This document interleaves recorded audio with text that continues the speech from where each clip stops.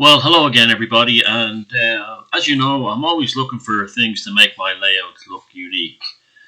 I have started to either remove or heavily customize all the kits on the building kits on the layout that are so obviously, you know, indicative of the origins.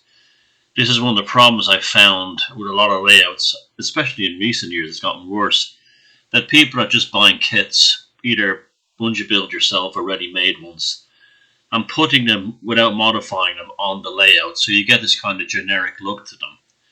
So I'm trying to really avoid that. I can't scratch build everything. You see, I'm in the process on the other videos of modifying this Germanic shed into something more North American, and that video will be continuing soon. But just to take a little break from that, I was looking on Temu, and they do have buildings in there. You've seen a building that I made already. It was like a Russian farmhouse. It was 1/72nd scale. That's definitely applicable to customizing for the layouts and stuff. So another one I was looking at around at these sort of like fantasy wargaming, sort of sometimes real wargaming, historic wargaming type buildings, and they have these on Temu for like €5 and €6. They're very cheap. They're made with, they look like they're 3D printed. Now, this here, I do need a church. I do want a church on the layout, and I do want the church with a bit of character. And so these are sold so you can open them up and put figures inside. I say this is to be closer to TT scale. It'd be like 176. No, it wouldn't even be that. It'd be like 180. It'd be like 100. You can see the doors are a little small for what I'm building. Though I have been to churches where you nearly have to duck down and go into the church. So I picked up this thing here, and it's absolutely a fantasy war game type model structure, but it has a lot of character too, and it also has potential. It's hard to kind of put together, but you can see how it basically works. There's a steeple with a tower on top, right? Now, I thought about maybe building it as a derelict church. You see, let's look at the features that give it away as being, kind of Dungeons and Dragons-y. It has this kind of wood framing that you get on European medieval buildings. You would never really get that on a church. The stonework would continue to the top. So it's almost like they did this to sort of like give it a D&D type vibe. And that'd be the main thing. Here it is again on this thing on the roof, but you would never get on a church.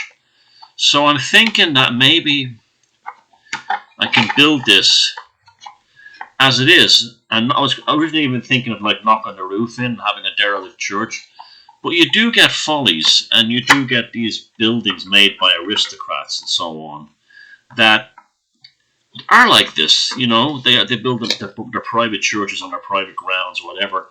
And I'm thinking of building the church as it is, with possibly this side forward, because this side here has the least sort of like fat wargaming fantasy look about it, and then maybe covering the sides here and here with something like bushes and trees to hide the wood framing on the side. You see, like that. And then putting at the back of the layout in the distance like a church on a hill. So I mean, these kind of buildings do exist in real life. Even in here in Ireland, there are buildings built by rail companies that look like this. Even signaling towers as well, not just only stations with these sort of Romanesque arches or Gothic arches and everything. So that's what I'm going to do. I'm going to build it facing this way to the observation point of the layout, on a hill in the background, after I paint it up and glue it together and get it like looking some bit more realistic. And then we'll see where it looks then. The first thing I have to do is wash it and remove all this. It's got quite interesting, interior detail, where you'd have your little figures fighting, battles, elves and goblins or whatever. And